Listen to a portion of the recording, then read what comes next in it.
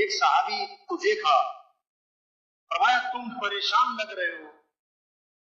عرض کیا جی ہاں حضور بہت پریشان ہوں، قرضے چڑھے ہوئے ہیں، پریشانیوں نے گھیرا ہوا ہے، اس لیے پریشان بیٹھا ہوں۔ فرمایا میں تمہیں ایسی دعا بتاؤں پریشانیاں ختم ہو جائیں، قرضے ادا ہو جائیں؟ جی بتائیں۔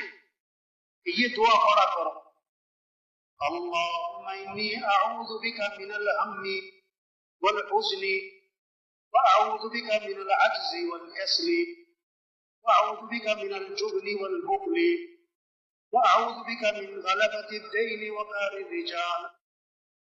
صحابی فرماتے ہیں میں یہ دعا پڑھتا رہا اللہم انی اعوذ بک من الہم والحزن واعوذ بک من العجز والکسل واعوذ بک من الجبن والبخل واعوذ بک من غلبۃ الدین وقہر الرجال۔